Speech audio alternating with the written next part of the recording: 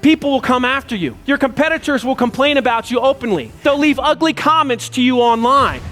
You've heard me talking about the big five now for years. And now you're finally seeing more and more companies talk about it. But there's basically 5 subjects that every single person wants to know when they're researching you and your product, your service. Anything in home improvement and pretty much anything else. B2B, B2C, it doesn't matter. There's 5 subjects that you always research online, and you know what they are, don't you? And so here's the big 5. As buyers and consumers, we're obsessed with how much is it? What are the problems or the negatives with it? How could this blow up in my face? How does this compare to this other thing that I'm looking at? What's everybody saying about it? And what is the best it? That, my friends, is the economy of search. This is what people are asking. This is what they're searching. And what's so amazing is still to this day, most businesses don't want to talk about these things unless the prospect asks the question. And by that point, we've already lost them.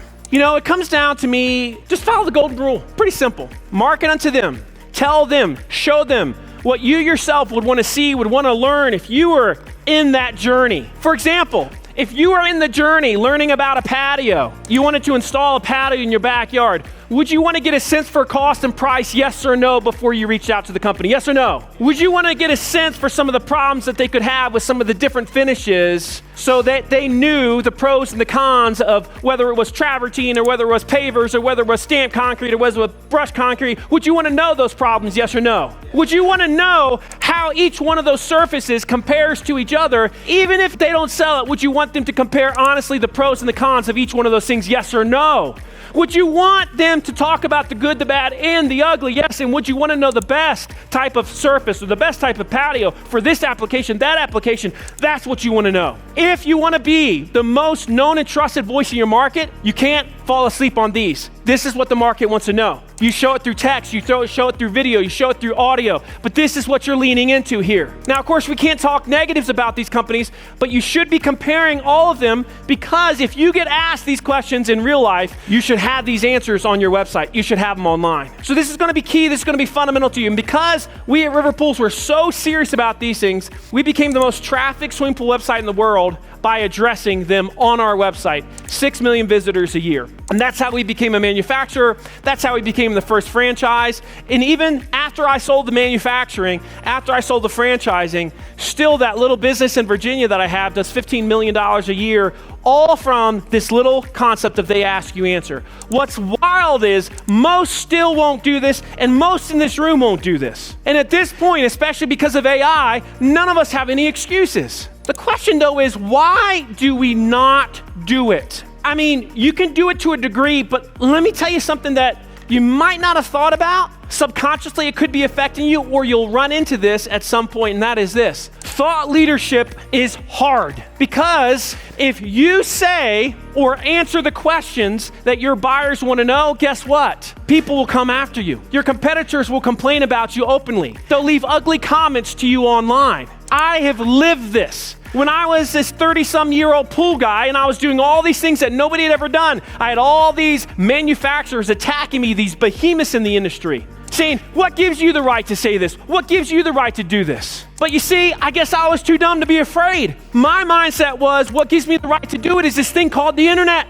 And I can do it, and I'm going to do it, and you're not going to do it, and I'm going to leave you all behind because I wanted to own every single conversation, and I want that for you too. But thought leadership is hard. I want you to think about the beginning of Tesla. Did Tesla have it hard? Did they get sued by all the manufacturers? Yes. Uber, did they have it hard? Did they get sued by every single jurisdiction that they went into with the taxis? Yes. Airbnb, did they have it hard? Yes.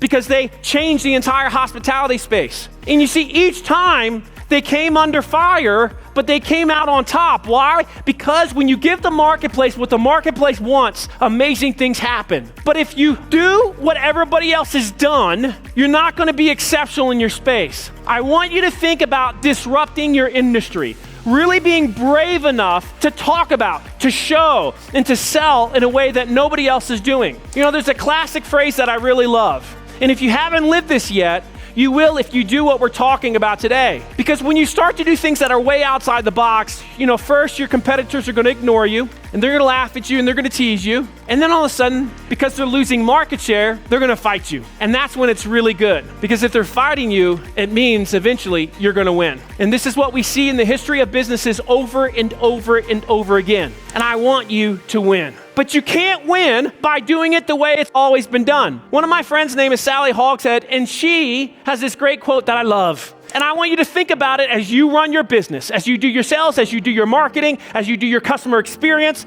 I want you to think about this quote right here. Different is better than better. Now, does anybody here right now have water in a container next to you? Is your water in that container next to you right now any different than the water in that container right there? Yes or no? It ain't no different. But yet, they became in one of the most competitive industries in the world because they dared to be different. They marketed like they were an energy drink, not like they were friggin' water. At first, guess what everybody did? Ignored them. And then guess what everybody did? Laughed at them. And then guess what the companies did? Fought them. And now they're all in scramble mode. How do we react to this? So please understand, oftentimes, different is better than better. Are you marketing differently? Are you selling differently? Think differently. It's so easy to stand out in the home improvement space. This is what I've seen over the course of 20 years. So I love this industry because if you're a high performer, oh my goodness, it is so fun because we can run past the competition because we're doing things differently than everyone else.